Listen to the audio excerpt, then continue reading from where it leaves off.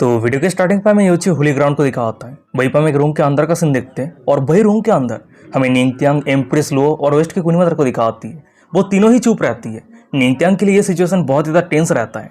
उसे समझ में नहीं आ रहा होता है कि इस तरह के सिचुएशन पे उसे किस तरीके से रिएक्ट करना चाहिए। फिर उसके बाद ही वो अचानक से बहुत ही मुश्किल के साथ उस जगह पे चुप्पी को तोड़ते हुए कह रहा होता है तुम दोनों बात क्यों नहीं कर रही हो? ये कैसा रहेगा कि मैं तुम दोनों के लिए गाना गाता हूँ। फिर उसके बाद निंगत्यांग एक बेसुरा गाना गाने लगता है। तभी निंगत्यांग की ये बेसुरा गाना को सुनने के बाद ही एम्प्रेस लो और वेस्ट की क्वीन मदर सीधा निंगत्यांग के ऊपर झपट पड़ती है और निंगत्यांग को आगे गाना गाने से रोक देती है। और वहीं पे उन दोनों की ये एक्शन को देखने के बाद निंगत्यांग उन दोनों के हाथ को पकड़ते हुए कह रहा होता है, मैंने उम्मीद नहीं किया था कि तुम दोनों इतना तालमेल में हो। वाइफ, क्या तुम मेरी बातों पर सहमत नहीं हो? ये बातों को सुनने के बाद हम एम्प्रेस लो को देखते हैं।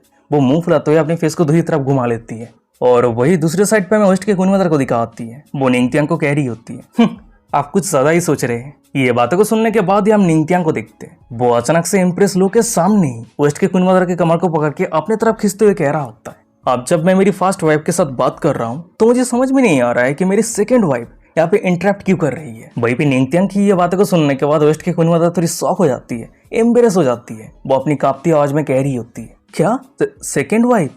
फिर उसके बाद ही वो अचानक से साइड पे रहे एम्प्रेस लो को कह रही होती है, सिस्टर, मेरी हस्बैंड मेरे ऊपर बहुत ज्यादा मीन है, क्या तुम्हें लग रही है कि मैं उसे थोड़ा लेसन सिखा दूं?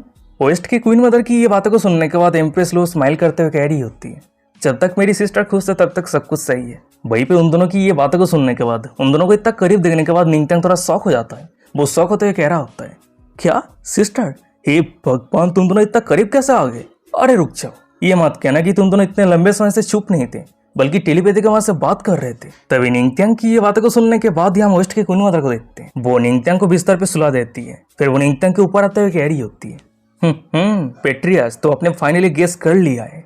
वैसे आप शुरू से मेरे ऊपर आपके फीलिंग्स को लेकर हॉनेस्ट नहीं थे, तो इसलिए हम दोनों सिस्टर ने डिसाइड किया है कि हम दोनों सिस्टर एक साथ मिलके आपको डील करेंगे। उसकी ये बातों को सुनने के बाद निंगत्यांग के तो सुनने पे सुहागा हो जाता है। वो बहुत ही ज्यादा खुश रहता है। वो खुद को अपने दोनों वाइफ के सामने सरेंडर करते हुए कह रहा होता है, अच्छा ठीक है, अगर ऐसी बात है तो तुम दोनों ही आ जाओ। तुम दोनों के परफेक्ट हस्बैंड होने के नाते मैं तुम दोनों को ही हैप्पीएस्ट मोमेंट देने वाला हूँ। वहीं पे निंगत्यांग की ये बातों को सुनने के बाद एम्प्रेस लो और वेस्ट की क्वीन मदर वो दोनों ही बहुत ज्यादा एम्बेरस हो जाती है। वो दोनों एक दूसरे की तरफ देखते हुए इशारों में बात करती है। फिर उसके बाद ही वेस्ट की क्वीन मदर निंगत्यांग को कह रही होती है, पेट्रियाच, मुझे डर है कि आप अभी इस मोमेंट को एंजॉय नहीं कर सकते। ये बातों को सुनने के बाद निंगत्यांग कह रहा होता है, क्या? पर क्यों? तभी साइड पे रहे एम्प्रेस लो कह रही होती है, अभी योची होली ग्राउंड बहुत ज्यादा लॉस सफर किया है, तो इसलिए वेस्ट के क्वीन मदर ने डिसाइड किया है कि योची होली ग्राउंड को कुछ समय के लिए बंद रखेगी और जब सब कुछ थोड़ा बहुत सेटल हो जाएगी तब उस समय वो फिर से योची होली ग्राउंड को ओपन करेगी। वहीं पे एम्प्रेस लो की बातों पे हाँ करते हुए वेस्ट की क्वीन मदर कह रही होती है, जब तक योची होली ग्राउंड बंद रहेगी तब तक कोई भी अंदर नहीं आ सकता है और ना ही कोई बाहर जा सकता है, और सबसे बड़ी बात, हम दोनों एक दूसरे को बहुत ही लंबे समय तक नहीं देख पाएंगे। ये बातों को सुनने के बाद निंगत्यांग अचानक से अपने जगह से उठते हुए कह रहा होता है, अगर ऐसी बात है तो योची होली ग्राउंड बंद कब होने वाला है? ये बातों को सुनने के बाद साइड पर एम्प्रेस लो कह रही होती है, योची होली ग्राउंड कल बंद होने वाली है। और सिस्टर, तुम चिंता मत करो, इस समय पे मैं भी ढूंढने की कोशिश करूंगी वो असल में कौन है जो योची होली ग्राउंड के डिमोन को अनसील करने का प्लान किया था। एम्प्रेस लो की ये बातों को सुनने के बाद वेस्ट की क्वीन मदर सिर हिलाती है और वही साइड पे हमें निंगत्यांग को दिखाता है। वो तो बहुत ज्यादा गुस्सा में रहता है। वो अपने जगह से उठते हुए दांत पीसते हुए कह रहा होता है, अगर मुझे पता चलता है कि किसने ये डिमोन को अनसील किया था तो मैं उसे जिंदा नहीं छोड़ूंगा। निंगत्यांग और एम्प्रेस लो की ये बातों को सुनने के बाद वेस्ट की क्वीन मदर कह रही होती है, तुम दोनों की बहुत बहुत शुक्रिया। तभी एम्प्रेस लो वहां से जाते हुए कह रही होती है, अब से तुम मेरी सिस्टर हो, तुम्हें मदद करना ये नॉर्मल सी बात है। अच्छा ठीक है, अब हमें जाना होगा। वहीं पे एम्प्रेस लो की ये बातों को सुनने के बाद एम्प्रेस लो को फॉलो करते हुए निंगत्यांग बाहर जाने लगता है, पर तभी अचानक से पीछे रहे वेस्ट की क्वीन मदर निंगत्यांग को रोक देती है। ये देखने के बाद एम्प्रेस लो समझ जाती है कि उन दोनों को पर्सनल स्पेस देना चाहिए। फिर उसके बाद वो वहां से बाहर जाते हुए कह रही होती है, हस्बैंड, तुम सिस्टर के साथ बात करो, मैं बाहर इंतजार करती हूँ। तभी एम्प्रेस लो के पास से जाने के बाद ही निंगत्यांग अपने पीछे रहे वेस्ट के क्वीन मदर को कह रहा होता है, हाँ बताओ क्या हुआ है? और तभी अचानक से वेस्ट के क्वीन मदर को देखते हैं। वो सीधा निंगत्यांग के पास आके निंगत्यांग को टाइट से हग कर लिया होता है। वो निंगत्यांग की छाती पे अपने सिर को रखते हुए कह रही होती है, हम एक दूसरे के फीलिंग्स को अभी कन्फेस किया है पर हम फिर से अलग हो रहे हैं। मैं नहीं जानती हूँ कि फिर से हम दोनों की मुलाकात कब होगी। ये बातों को सुनने के बाद निंगत्यांग वेस्ट के क्वीन मदर के फोrehead पे प्यार से किस करते हुए कह रहा होता है, अच्छा ठीक है, ज्यादा चिंता मत करो, बहुत जल्द सब कुछ सही हो जाएगा। फिर उसके बाद हम जब चाहे तब मिल सकते हैं। तभी सीन शिफ्ट हो जाता है। हमें कुछ घंटों के बाद का सीन दिखा होता है। वहीं पर हम एम्प्रेस लो और निंगत्यांग को देखते हैं। वो दोनों ही हेवेली डेमन सेट पे वापस लौट आया होता है और उन दोनों को वापस लौट आता हुआ देखने के बाद भाई जितने सारे एल्डर थे वो सभी उन दोनों को घेरते हुए कह रहा होता है, एम्प्रेस, पेट्रियाच, तो आप दोनों फाइनली वापस आ चुके हैं, प्लीज एक सॉल्यूशन ढूंढिए। पता नहीं किस रीजन से लिथुरिया सेलेस के जितने सारे मेंबर है वो सभी हमारे हेवेली डेमन सेट के डिसेबल के ऊपर अटैक कर रहा है। अगर जल्दी से इसका कोई सॉल्यूशन नहीं ढूंढा गया तो ये बहुत ही बड़ा डिजास्टर हो सकता है। वो सभी के ये सब कुछ बातों को सुनने के बाद एम्प्रेस लो अपने पीछे रहे निंगत्यांग को कह रही होती है, हस्बैंड, मैं अभी सबसे पहले सेट के अफेयर को हैंडल करने के लिए जा रही हूँ। ये बातें को सुनने के बाद निंगत्यांग कह रहा होता है, अच्छा ठीक है जाओ। तभी एम्प्रेस लो के वहां से जाने के बाद ही निंगत्यांग मन ही मन में कह रहा होता है, अब जब मेरी वाइफ अपने काम पे बिजी है तो अभी के लिए मेरे हाथ पे जो चीज है उसे सबसे पहले डील करता हूँ। फिर वो अपने रूम पे आ जाता है। उसके बाद ही वो अपने पास डिमन टावर को समन करते हुए मन ही मन में कह रहा होता है, वो ट्रू डिमन का स्पिरिट टावर के अंदर सिर्फ ट्रैप है, वो अभी तक पूरी तरीके से डिस्ट्रॉय नहीं हुआ है। वैसे मैं चाहे कितनी बार टावर के स्पिरिट को कांटेक्ट करने का कोशिश करूं, टावर के स्पिरिट कोई भी रिस्पॉन्स नहीं कर रहा है और मैं ये भी नहीं जानता कि ट्रू डिमन के स्पिरिट को कैसे डिस्ट्रॉय करना है ताकि आने वाले फ्यूचर में कोई प्रॉब्लम क्रिएट ना हो। निंगत्यांग ये सब कुछ सोच ही रहा होता है पर अचानक समय दिखा होता है कि निंगत्यांग के सिस्टम पे डिंग करते हुए नोटिफिकेशन आता है, होस्ट, इस डिमन टावर के जो स्पिरिट है वो बहुत ही लंबे समय से ऑनरलेस है, यही कारण वो बहुत ही कमजोर हो चुका है और रिस्पॉन्स नहीं कर पा रहा है। पर अगर ये टावर आपको मास्टर के तौर पे स्वीकार कर लेता है तो इस टावर के जो स्पिरिट है वो आपके पावर के ऊपर रिले होकर फिर से स्ट्रांग हो जाएगा। सिस्टम की ये बातों को सुनने के बाद निंगत्यांग कह रहा होता है, अगर ऐसी बात है तो मैं इस टावर के मास्टर कैसे बनूं। वही भी निंगत्यांग की ये बातों को सुनने के बाद सिस्टम कोई भी रिस्पॉन्स नहीं करता है, वो चुप रहता है और सिस्टम को चुप देखने के बाद निंगत्यांग एक गहरा सांस छोड़ते हुए कह रहा होता है, देख के ऐसा लग रहा है कि मुझे इस समय खुद के ऊपर रिले होकर चलना होगा। फिर उसके बाद ही वो डिमन टावर के फर्स्ट फ्लोर के अंदर एंटर कर जाता है। एंटर करते ही अपने सामने रहे पहले से कैद किया हुआ ट्रू डिमन के स्पिरिट को कह रहा होता है, देख के ऐसा लग रहा है कि तुम डिमन टावर के अंदर बहुत ही बढ़िया जिंदगी जी रहे हो। तभी निंगत्यांग को अपने सामने देखने के बाद ट्रू डिमन का स्पिरिट बहुत ही ज्यादा गुस्सा हो जाता है। वो चिल्लाते हुए कह रहा होता है, तुम असल में कौन हो, तुम डिमन टावर के पावर को यूज कैसे कर सकते हो। ये बातों को सुनने के बाद निंगत्यांग कह रहा होता है, वेल कौन जाने, क्योंकि मैं तो सिर्फ हेवेली डेमन सेट का एक सिंपल सा पेट्रियाच हूँ। भाई भी निंगत्यांग की ये बातों को सुनने के बाद ट्रू डिमन का स्पिरिट एविल स्माइल करते हुए कह रहा होता है, तुम हेवेली स्पिरिचुअल डिमन का इडियट पेट्रियाच, क्या तुम्हें सच में लगता है कि तुम मुझे पूरी तरीके से खत्म कर सकते हो? बिल्कुल भी नहीं, मेरा सोल पूरी तरीके से इमॉर्टल है, तुम चाहे मुझे जितनी बार मार दो मेरा सोल फिर से रिवाइव हो जाएगा। उसकी ये बातों को सुनने के बाद निंगत्यांग अपने पास से अपने गोल्डन थंडर को समन करते हुए कह रहा होता है, अच्छा ऐसी बात है क्या। फिर उसके बाद ही वो अपने गोल्डन थंडर को यूज करते हुए उस ट्रू डिमन के स्पिरिट के ऊपर अटैक कर दिया होता है, जिसके कारण वो ट्रू डिमन बहुत ही ज्यादा दर्द में रहता है, वो जोर जोर से चिल्ला रहा होता है। इसका मतलब यह है कि निंगत्यांग का ये गोल्डन थंडर ट्रू डिमन के स्पिरिट को डिस्ट्रॉय करने के लिए काम कर रहा होता है। वो अपनी कांपती आवाज में कह रहा होता है, क्या गॉड बॉडी, तो लाखों सालों के बाद फिर से ह्यूमन रेस के अंदर गॉड बॉडी का अपेयर हुआ है। उसकी ये बातों को सुनने के बाद निंगत्यांग कह रहा होता है, ओह तो तुम एक बार देख के ही कह सकते हो कि मेरा फिजिक्स कौन सा है। फिर उसके बाद ही निंगत्यांग मन ही मन में कह रहा होता है, क्या ये हो सकता है कि मैं गोल्डन थंडर को यूज करते समय अनजाने में ही मेरे गॉड बॉडी के ऑरा को रिलीज कर दिया था। देख के ऐसा लग रहा है कि मुझे नेक्स्ट टाइम और भी ज्यादा सावधान रहने की जरूरत है। वो ये सब कुछ सोच ही रहा होता है पर तभी अचानक से ट्रू डिमन कह रहा होता है, अब मुझे समझ में आ रहा है कि ये डिमन टावर तुम्हें मास्टर के तौर पे स्वीकार क्यों कर लिया है। ह्यूमन पेट्रियाच, ये बिल्कुल भी मत सोचना कि गॉड बॉडी बहुत ही ज्यादा पावरफुल है। जब तुम्हारी ये गॉड बॉडी एक बार पूरी तरीके से मैच्योर हो जाएगा तब उस समय तुम्हें समझ में आएगा ये गॉड बॉडी तुम्हारे लिए ब्लेसिंग है या फिर कर्स है। उसकी ये बातों को सुनने के बाद निंगत्यांग को समझ में नहीं आ रहा होता है कि ट्रू डिमन क्या कहने का कोशिश कर रहा है। यही कारण वो कंफ्यूज होते हुए कह रहा होता है, तुम्हारी ये बातों का मतलब क्या है। ट्रू डिमन हंसते हुए कह रहा होता है, जब समय आएगा तब उस समय तुम्हें खुद पता चल जाएगा कि मैं क्या कहने का कोशिश कर रहा हूँ। ये बातों को सुनने के बाद निंगत्यांग कह रहा होता है, वेल ये मैटर नहीं करता, क्योंकि आने वाले फ्यूचर में चाहे कुछ भी हो मुझे आगे बढ़ने से कोई नहीं रोक पाएगा। पर तुम चिंता मत करो, वो दिन तुम खुद की आंखों से नहीं देख पाओगे। ये बातों को सुनने के बाद वो ट्रू डिमन थोड़ा पैनिक हो जाता है। वो चिल्लाते हुए कह रहा होता है, क्या तो तुम क्या करने की कोशिश कर रहे हो, क्या तुम मुझे मारना चाहते हो? पर तुम्हारे गॉड बॉडी अभी तक पूरी तरीके से मैच्योर नहीं हुआ है, तो इसलिए तुम दिन दहाड़े सपना देखना बंद करो, तुम मुझे अभी मार नहीं पाओगे।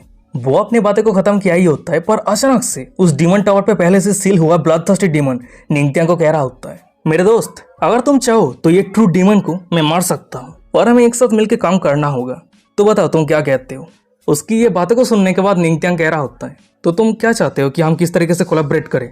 भाई पे निंगत्यांग को बिना डरे रिप्ले करता हुआ देखने के बाद उस जगह पे पहले से सील हुआ वो ब्लडथर्स्टी डिमन कह रहा होता है, एक गॉड बॉडी से जैसा उम्मीद था, मेरे प्रेजेंस को महसूस करने के बाद भी तुमने नहीं डरा। वैसे अगर उस ट्रू डिमन की बात करें, अगर मैं उसे निगल लेता हूँ तो वो ट्रू डिमन पूरी तरीके से खत्म हो जाएगा। उसकी ये बातों को सुनने के बाद निंगत्यांग कह रहा होता है, क्या तुम इस डिमन टावर के अंदर सील नहीं हो। भाई ब्लडथर्स्टी डिमन कह रहा होता है अगर ये सील यूजफुल होता तो मैं तुम्हारे साथ बात कैसे कर रहा होता। तभी ये बातों को सुनने के बाद निंगत्यांग मन ही मन में कह रहा होता है, वेस्ट के क्वीन मदर और सिस्टम के इन्फॉर्मेशन के हिसाब से ये डिमन टावर के स्पीड अभी बहुत ज़्यादा कमज़ोर है और ये ब्लडथर्स्टी डिमन ट्रू डिमन के स्पीड को एब्जॉर्ब करके अपना स्ट्रेंथ को बढ़ाना चाहता है। और जब एक बार उसका स्ट्रेंथ पूरी तरीके से बढ़ जाएगा वो बहुत ही आसानी के साथ ये डिमन टावर के सील को तोड़ के बाहर आ सकता है। फिर उसके बाद ही वो ये सब कुछ सोचते हुए उस ब्लडथर्स्टी डिमन को कह रहा होता है, नहीं इसकी कोई ज़रूरत नहीं है, तुम जा सकते हो। निंगत्यांग की ये बातों को सुनने के बाद वो ब्लडथर्स्टी डिमन निंगत्यांग को मनाने का कोशिश करता है पर निंगत्यांग नहीं मानता है। वो दोनों ये सब कुछ को लेकर बात कर रहा होता है पर अचानक से हमें दिखा था कि निंगत्यांग के सामने उस डिमन टावर के स्पिरिट अपेयर हो जाता है। ये देखने के बाद निंगत्यांग कह रहा होता है, टावर स्पिरिट क्या तुम जाग चुके हो? क्या तुम मेरे साथ कोऑपरेट करना चाहते हो? निंगत्यांग की ये बातों को सुनने के बाद उस डिमन टावर के स्पिरिट कुछ अजीब सा शब्द में निंगत्यांग को कुछ कहता है और उस स्पिरिट की ये बातों को समझते हुए निंगत्यांग कह रहा होता है, तो तुम कहना चाहते हो कि तुम्हारे स्पिरिट बॉडी को स्टेबलाइज करने के लिए मैं मदद करूं? वो डिमन टावर के स्पिरिट फिर से कुछ अजीब सा शब्द में निंगत्यांग को कुछ कहता है। ये बातों को सुनने के बाद निंगत्यांग मनी मन में कह रहा होता है, ये डिमन टावर का स्पिरिट उस ट्रू डिमन को मारने के लिए मदद करेगा पर उस ट्रू डिमन का जो एनर्जी है वो ये डिमन टावर के स्पिरिट को देना होगा। देख के ऐसा लग रहा है कि सिस्टम ने जो कहा था ये सच है। ये डिमन टावर के स्पिरिट अभी बहुत ज्यादा कमजोर है पर चाहे जो भी हो वो ब्लडथर्स्टी डिमन के साथ डील करने के बजाय ये डिमन टावर के स्पिरिट के साथ डील करना ये मेरे लिए बहुत ज्यादा सेफ रहेगा।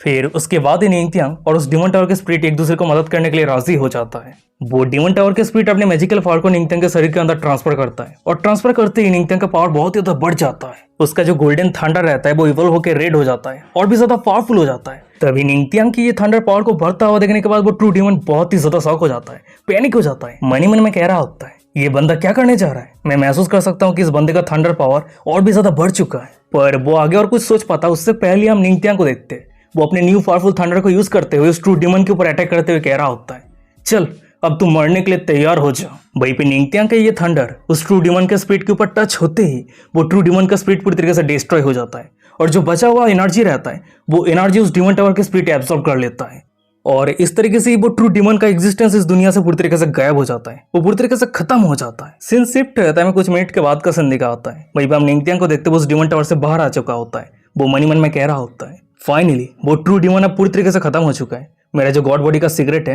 अब रिवील नहीं होगा। वो ये सब कुछ सोच ही रहा होता है पर अचानक से हमें दिखा होता है कि निंगत्यांग के सिस्टम पे डिंग करते हुए नोटिफिकेशन आता है। होस्ट और ये डिमन टावर के स्पिरिट एक साथ मिलकर काम किया है जिसके कारण ये डिमन टावर के स्पिरिट अपना जो पावर है, एनर्जी है, वो कुछ एनर्जी आपके अंदर ट्रांसफर करने वाला है। होस्ट अब तैयार हो जाइए।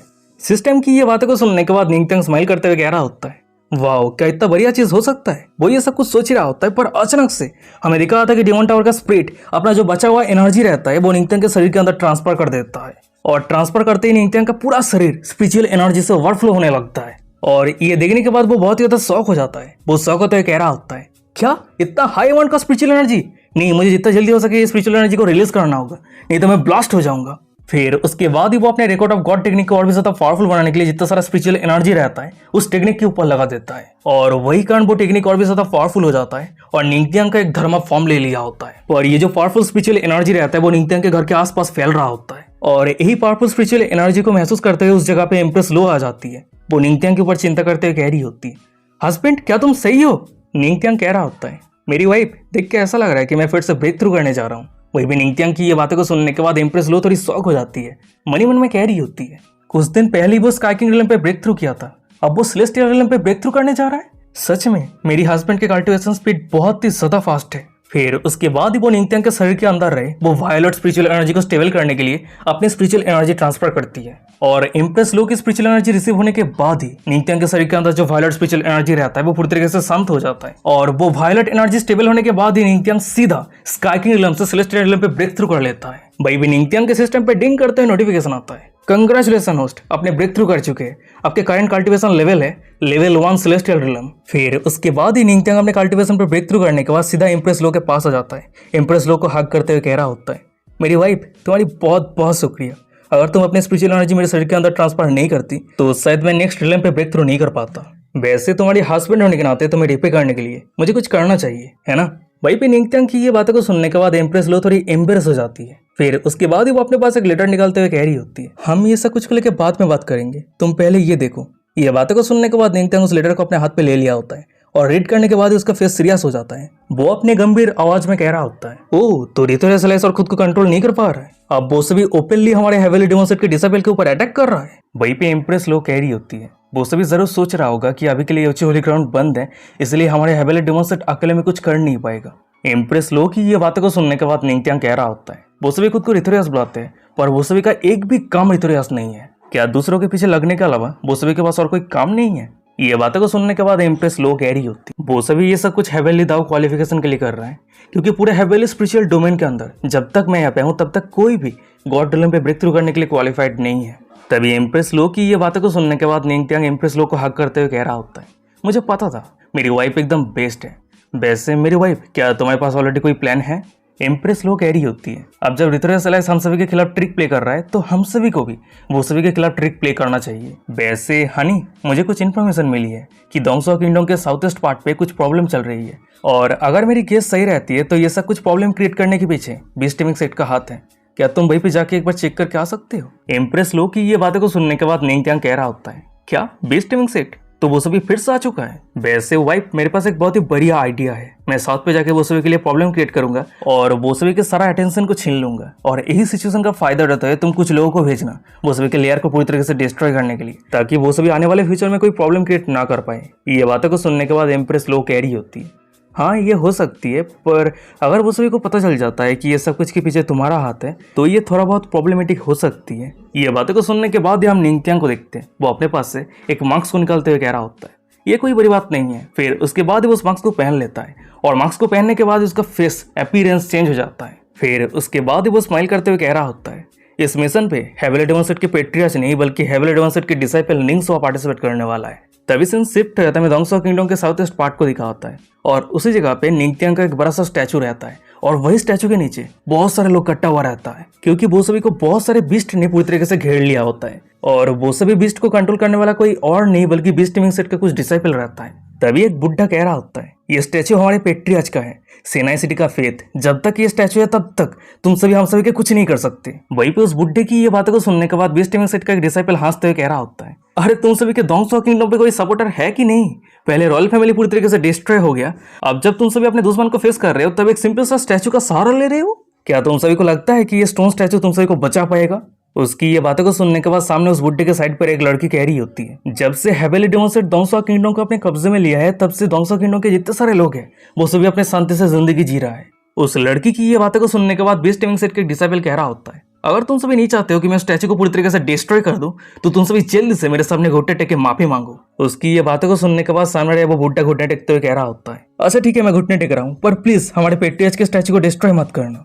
पर तभी अचानक से हम साइड पर एक बंदे को देखते हैं, वो उस बुड्ढे को घुटने टेकने से मना कर देता है, चिल्लाते हुए कह रहा होता है, ओल्ड मैन चाहे कुछ भी हो जाए ये सभी पखंडी लोगों के सामने घुटने बिल्कुल भी मत टेकना, हम फाइट करते हुए अपने मौत को अपना लेंगे पर कभी भी वो सभी के सामने नहीं झुकेंगे। वहीं पे उस बंदे की ये बातों को सुनने के बाद बीस्ट टीमिंग सेट के वो डिसाइपल बहुत ज्यादा गुस्सा हो जाता है, दांत पीसते हुए कह रहा होता है, तुम सभी एंड मेरे खिलाफ बात करने का हिम्मत कैसे कर सकते हो? अच्छा ठीक है, अगर ऐसी बात है तो तुम सभी अपने मौत को फेस करने के लिए तैयार हो जाओ। फिर उसके बाद ही वो बंदा निंगत्यांग के स्टैचू को पूरी तरीके से डिस्ट्रॉय करने के लिए अपने पीछे रहे टेम किया हुआ एपे को कमांड देता है, और कमांड रिसीव होती है वो एपे सीधा निंगत्यांग के स्टैचू के पास जाके निंगत्यांग के स्टैचू को पूरी तरीके से डिस्ट्रॉय कर देता है। सामने की ये नजरा को देखने के बाद बीस्ट टीमिंग सेट के वो डिसाइपल जोर जोर से हंसते हुए कह रहा होता है, अब से जब भी मेरे नजरों में इस तरह के स्टैचू आएगा तब भी मैं इस तरह के स्टैचू को पूरी तरीके से डिस्ट्रॉय कर दूंगा। उसकी ये बातों को सुनने के बाद अचानक से कोई अपने जोर आवाज में कह रहा होता है, अच्छा अगर ऐसी बात है तो अगर मैं भी तेरे सिर को तोड़ देता हूँ तो यहाँ पे कोई दिक्कत तो नहीं है ना? ये आवाज को सुनने के बाद वो बंदा थोड़ा शॉक हो जाता है, पैनिक हो जाता है, वो इधर उधर देखते हुए कह रहा होता है, कौन है? पर वो अगर कुछ रिस्पॉन्स कर पाता उससे पहले हमें दिखा होता है कि अचानक से उस जगह पे निंगत्यांग अपने भेष बदल के आ जाता है, और उस बंदे के मुंह पे जोर से पांच मारते हुए उस बंदे को दूर फेंक दिया होता है। और वही सामने की ये नजरा को देखने के बाद बीस्ट टीमिंग सेट के बाकी जितने सारे डिसाइपल थे वो सभी शॉक होते हुए कह रहा होता है, ओह नो, स्नेयर ब्रदर के हेड पे हिट किया है, देख के ऐसा लग रहा है कि स्नेयर ब्रदर का हाथ सही नहीं है। और वही सामने निंगत्यांग कह रहा होता है, और कौन है जो अपने सिर को तोड़ना चाहता है? वही भी निंगत्यांग की ये बातों को सुनने के बाद वही पे जितने सारे लोग थे वो सभी अपना अपना बातें करने लगता है। वही पे एक बंदा कह रहा होता है, अरे क्या ये हो सकता है कि ये हेवनली डेमन सेट का पेट्रियार्च है? ये बातों को सुनने के बाद एक दूसरा बंदा कह रहा होता है, अरे क्या तू पागल हो चुका है? हेवनली डेमन सेट के पेट्रियार्च बहुत ही ज्यादा हैंडसम है, ये अगली पर्सन हेवनली डेमन सेट के पेट्रियार्च कैसे हो सकता है? तभी वो सभी के आर्ग्यूमेंट को सुनने के बाद वो सभी के बीच में रहे वो बुढ़ा आगे आते हुए निंगत्यांग को कह रहा होता है, सर क्या मैं जान सकता हूँ कि आप कौन है? ये बातों को सुनने के बाद निंगत्यांग कह रहा होता है, मेरा नाम निंगसो है और मैं हेवनली डेमन सेट के डिसाइपल हूँ। अच्छा ठीक है, तुम सभी यहाँ से जाओ और ये मैटर को मेरे ऊपर छोड़ दो। वहीं पे निंगत्यांग की ये बातों को सुनने के बाद पीछे रहे एक लड़की कह रही होती है, तुम अब आगे क्या करोगे? तुम जिस पर्सन को मार दिया है वो बीस्ट टीमिंग सेट के एल्डर के डिसाइपल है, तो इसलिए मैं तुम्हें एडवाइस दे रही हूँ कि तुम जल्दी से यहाँ से भाग जाओ। इस एल्डर की एबिलिटी बीस्ट टीमिंग सेट के सिग मास्टर के बराबर है, तो इसलिए तुम उसके साथ फाइट नहीं कर सकते। वो बहुत ही ज्यादा पावरफुल है। वहीं पे उस लड़की की ये बातों को सुनने के बाद निंगत्यांग बीस्ट टीमिंग सेट के बचे हुए डिसाइपल को कह रहा होता है, हे तुम सभी अपने सेट के वही बुढ़े एल्डर को बुलाओ, नहीं तो इसका परिणाम बहुत ज्यादा बुरा होने वाला है। निंगत्यांग अपने बातें को खत्म किया ही होता है, पर अचानक समय दिखा होता है कि उस जगह पे बीस्ट टीमिंग सेट के वो एल्डर आ जाता है। वो निंगत्यांग को अपनी गंभीर आवाज में कह रहा होता है, आज यहाँ से कोई भी जिंदा नहीं जा सकता है। तुमने मेरे डिसाइपल को मार दिया है, इसलिए यहाँ पे जितने सारे लोग हैं वो सभी को मैं हजारों में बांट दूंगा। उसकी ये बातों को सुनने के बाद निंगत्यांग कह रहा होता है, वेल अब जब हम फाइट करने जा रहे हैं तो ये कैसा रहेगा, हम हमारे बीस्ट टीमिंग आर्ट को यूज करते हैं। फिर उसके बाद ही निंगत्यांग मनी मन में कह रहा होता है, अगर मुझे मौका मिलता है तो मैं इस बुढ़े के पास से beast teeming combat technique copy कर लूंगा। उसके बाद ही निंगत्यांग ऐसा कुछ सोचते हुए अपने पास से फ्लेम सील्ड लायन किंग को समन कर लेता है। वहीं पे निंगत्यांग के फ्लेम सील्ड लायन किंग को देखने के बाद बीस्ट टीमिंग सेट के वो एल्डर कह रहा होता है, 6th रैंक डेमोनिक बीस्ट, तो क्या तुम भी बीस्ट टीमिंग आर्ट को मास्टर कर लिया है? ये बातों को सुनने के बाद निंगत्यांग कह रहा होता है, हाँ जरूर। वहीं पे निंगत्यांग की ये बातों को सुनने के बाद वो एल्डर मनी मन में कह रहा होता है, मैं नहीं जानता कि इस बंदे का कल्टीवेशन लेवल कितना है, मुझे सबसे पहले इस बंदे की एबिलिटी को टेस्ट करना होगा। फिर उसके बाद ही वो अपने स्पिरिचुअल एनर्जी को यूज करते हुए निंगत्यांग के ऊपर अटैक कर दिया होता है, और वहीं पे हमें निंगत्यांग को दिखा होता है वो भी अपने स्पिरिचुअल एनर्जी को यूज करते हुए इस एल्डर के अटैक को बहुत ही आसान के साथ रोकते हुए कह रहा होता है, ओल्ड मैन क्या हो गया, क्या तुम फाइट करने के लिए बीस्ट टीमिंग आर्ट को यूज नहीं करोगे? वहीं पे निंगत्यांग के फॉर को देखने के बाद वो एल्डर बहुत ही ज्यादा शॉक हो जाता है। मनी मन में कह रहा होता है, मैंने उम्मीद नहीं किया था कि ये बंदा इतना यंग है, पर इसका कल्टीवेशन ऑलरेडी सेलेस्टियल रिलम पे पहुंच चुका है। फिर उसके बाद ही वो निंगत्यांग के साथ बीस्ट टीमिंग आर्ट को यूज करके फाइट करने के लिए वो अपने पास एक बहुत ही बड़ा स्पाइडर को समन कर लिया होता है। वो निंगत्यांग को चिल्लाते हुए कह रहा होता है, बच्चे अगर तू मरने के लिए इतना उतावला हो रहा है तो चिंता मत कर, मैं तेरे इस इच्छा को जरूर पूरा करूंगा। उसकी ये बातों को सुनने के बाद निंगत्यांग स्माइल करते हुए कह रहा होता है, बहुत ही बढ़िया, मैं इस मोमेंट के लिए बहुत ही लंबे समय से इंतजार कर रहा था। उसकी ये बातों को सुनने के बाद वो एल्डर अपने स्पाइडर को निंगत्यांग के ऊपर अटैक करने के लिए कमांड देता है, और उसकी कमांड रिसीव होती है वो स्पाइडर निंगत्यांग के ऊपर अटैक करना शुरू कर दिया होता है। और हमें निंगत्यांग को दिखा होता है वो स्पाइडर के हर एक अटैक को बहुत ही आसानी के साथ डॉज कर रहा होता है। ये देखने के बाद साइड पे वो लड़की कह रही होती है, क्या ये बंदा बीस्ट टीमिंग सेट के उस एल्डर को हरा पाएगा? और वही सामने हमें वो एल्डर को दिखा होता है वो अपने बीस्ट टीमिंग आर्ट को यूज करते हुए वो जायंट स्पाइडर को कंट्रोल कर रहा होता है, मैनिपुलेट कर रहा होता है। वो जैसे चाह रहा होता है वो स्पाइडर वैसे ही निंगत्यांग के ऊपर अटैक कर रहा होता है, और वहीं पे निंगत्यांग उस जायंट स्पाइडर के साथ फाइट करते हुए उस एल्डर के हर एक टेक्निक को ध्यान से ऑब्जर्व कर रहा होता है। मनी मन में कह रहा होता है, सिस्टम टैलेंट और स्किल कार्ड को एक्टिवेट करो। वहीं पे निंगत्यांग के कमांड रिसीव होते ही निंगत्यांग के सिस्टम पे डिंग करते हुए नोटिफिकेशन आता है, कंग्रेचुलेशन होस्ट, आपके टैलेंट और स्किल कार्ड एक्टिवेट हो चुका है। और ये कार्ड एक्टिवेट होते ही निंगत्यांग उस एल्डर के कुछ स्किल को कॉपी कर लेता है। जब वो एल्डर अपने जायंट स्पाइडर को यूज करते हुए निंगत्यांग के ऊपर अटैक करता है, तब निंगत्यांग सेम टेक्निक को फॉलो करते हुए अपने फ्लेम सेंट लायन किंग को यूज करते हुए फाइट बैक करता है। वहीं पे निंगत्यांग को ये टेक्निक यूज करता हुआ देखने के बाद वो एल्डर थोड़ा शॉक हो जाता है। मनी मन में कह रहा होता है, इस बंदे का बीस्ट टीमिंग आर्ट बहुत ज्यादा फेमिलियर क्यों लग रहा है? फिर उसके बाद ही वो एक सीक्रेट टेक्निक यूज करते हुए अपने जायंट स्पाइडर के पावर को बढ़ा देता है, और ये देखने के बाद निंगत्यांग भी उसके टेक्निक को कॉपी करते हुए सेम तरीके से अपने फ्लेम सील्ड लायन किंग के पावर को बढ़ा देता है। वहीं पे निंगत्यांग को ये टेक्निक यूज करता हुआ देखने के बाद हमें सामने वो एल्डर को दिखा होता है। वो बहुत ही ज्यादा शॉक में रहता है, पूरे शरीर पे पसीना आ रहा होता है। मनी मन में कह रहा था कि क्या ये कैसे पॉसिबल हो सकता है, वो असल में मेरे बीस्ट टीमिंग आर्ट को यूज कर रहा है। उसकी ये बातों को सुनने के बाद निंगत्यांग कह रहा होता है, अरे सिर्फ इतना ही नहीं, मैं तेरे टेक्निक को मॉडिफाई करके और भी ज्यादा पावरफुल बना सकता हूँ। अच्छा ठीक है लायन किंग, तुम जाओ और उस बुड्ढे के मॉन्स्टर को पूरी तरीके से खत्म कर दो। वहीं पे निंगत्यांग की ये कमांड रिसीव होती है वो लायन किंग सीधा छलांग लगाते हुए वो जायंट स्पाइडर के ऊपर हो जाता है और अपने फ्लेम को यूज करते हुए उस स्पाइडर को पूरी तरीके से खत्म कर देता है। तभी सामने की ये नजारा को देखने के बाद, अपने टेम बीस्ट को मरता हुआ देखने के बाद वो एल्डर बहुत ही ज्यादा शॉक हो जाता है। वो शॉक होते ही कह रहा होता है, ये कैसा हो सकता है, मेरे बिलो पेट ये बंदा कहां से आया है, वो मेरे स्किल को कॉपी कैसे कर रहा है? पर तभी अचानक समय दिखा होता है कि निंगत्यांग के सिस्टम पे डिंग करते हुए नोटिफिकेशन आता है, कंग्रेचुलेशन होस्ट, आपने बीस्ट टीमिंग सेट के एल्डर को शॉक किया है, जिसके कारण आपको रिवॉर्ड के तौर पे किंग ऑफ बीस्ट टेक्निक दिया जाता है। अगर आप ये टेक्निक को अपने टेम किया हुआ बीस्ट के ऊपर यूज करते हैं तो आपका टेम किया हुआ बीस्ट रिवॉर्ड करते हुए आसपास जितना सारा डेमोनिक बीस्ट रहता है वो सभी को समन कर सकता है और वो सभी को मैनिपुलेट भी कर सकता है। वहीं पे सिस्टम की ये रिवॉर्ड को देखने के बाद निंगत्यांग खुश होते हुए कह रहा होता है, वाह ये तो बहुत ही बढ़िया रिवॉर्ड है। निंगत्यांग ये सब कुछ सोच ही रहा होता है, पर तभी अचानक हम सामने वो एल्डर को देखते हैं। वो अपने पास से बहुत सारे टेम किया हुआ बीस्ट को समन कर लेता है। वो चिल्लाते हुए कह रहा होता है, बस्टर्ड अब तुम मरने के लिए तैयार हो जाओ। उसकी ये बातों को सुनने के बाद निंगत्यांग स्माइल करते हुए कह रहा होता है, अरे इतने जल्दबाजी में क्यों, चलो मैं तुम्हें मेरा एक स्पेशल स्किल दिखाता हूँ। फिर उसके बाद ही वो अपने किंग ऑफ बीस्ट टेक्निक को फ्लेम सील्ड लायन किंग के ऊपर यूज करता है, और ये टेक्निक एक्टिवेट होते ही फ्लेम सील्ड लायन किंग जोर से रोआर करता है। उसके रोआर का पावर इतना ज्यादा रहता है कि कुछ मूवमेंट के लिए उस एल्डर के बीस्ट भी कुछ समय के लिए कंट्रोल के बाहर आ जाता है, और समय रहते हैं वो एल्डर फिर से अपने बीस्ट को कंट्रोल कर लेता है। और तभी अचानक समय दिखा होता है कि उसके सामने लायन किंग के रोआर के कारण उस जगह पे बहुत सारे डेमोनिक बीस्ट अपेयर हो जाता है, और वो सभी निंगत्यांग के कंट्रोल पे रहता है। फिर उसके बाद ही वो सभी बीस्ट निंगत्यांग के कमांड को फॉलो करते हुए उस बुड्ढे के ऊपर अटैक करने के लिए आगे बढ़ रहा होता है। वहीं पे वो एल्डर भी फाइट बैक करने के लिए अपने सभी बीस्ट को कमांड देता है। फिर उसके बाद ही दोनों फोर्स के बीस्ट के बीच में फाइट शुरू हो जाता है और कुछ ही सेकंड के अंदर निंगत्यांग के कंट्रोल किया हुआ सभी बीस्ट उस एल्डर के सभी बीस्ट को हरा के उस एल्डर को बहुत ही ज्यादा घायल कर देता है, अधमरा कर देता है। वो अपनी कांपती आवाज में निंगत्यांग को कह रहा होता है, इस तरह के मेथड, इस तरह के टैलेंट तो तुम जरूर हेविली डेमन सेट के पेट्रियार्च हो, है ना।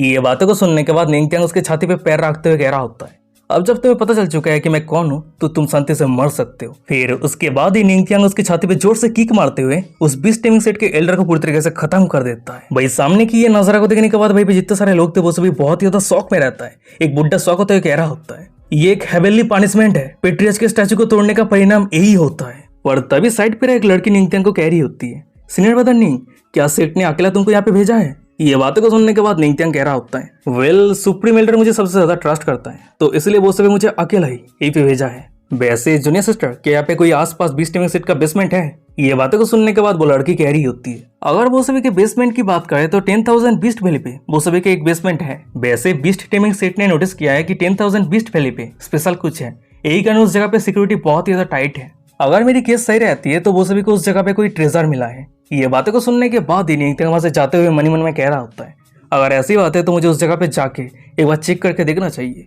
पर तभी अचानक से हम उस लड़की को देखते वो निंगत्यांग को रोकते हुए कह रही होती है, सीनियर ब्रदर, क्या आप अकेला 10,000 बीस्ट वैली पे जाना चाहते हैं। अगर आप चाहे तो हम आपको मदद कर सकते हैं। ये बातों को सुनने के बाद ही हम निंगत्यांग को देखते वो पीछे मुड़ते हुए अपने गंभीर आवाज में कह रहा होता है, अगर तुम सभी मेरे साथ आते हो तो बीस्ट टेमिंग सेट के सभी मेंबर को मारने का मेरा जो स्पीड है वो कम हो जाएगा। तभी निंगत्यांग की ये बातों को सुनने के बाद निंगत्यांग की ये ऑरा को महसूस करती है वो लड़की बहुत ही ज्यादा शौक हो जाती है। मनी मन में कह रही थी कि अरे रुक जाओ ये ऑरा। फिर उसके बाद ही वो स्माइल करते हुए निंगत्यांग के पास आते हुए कह रही होती है, सीनियर ब्रदर, आपको क्या लगता है कि मैं आपको कैसे बुलाऊं, सीनियर ब्रदर निंग्सुआ या फिर पेट्रियर्च। और गाइस यही पे आज का एपिसोड खत्म हो जाता है। वीडियो कैसा लगा मुझे कमेंट करके जरूर बताना। अगर ये सीरीज अच्छा लग रहा है तो चैनल को सब्सक्राइब कर देना आगे के एपिसोड को पाने के लिए, और अगर वीडियो पसंद आए तो वीडियो को लाइक कर देना। तो चलो आज का एपिसोड ये खत्म करते हैं, मिलते हैं कोई और एक इंटरेस्टिंग एपिसोड के साथ। तब तक के लिए साइनोरा, बाय बाय, टाटा।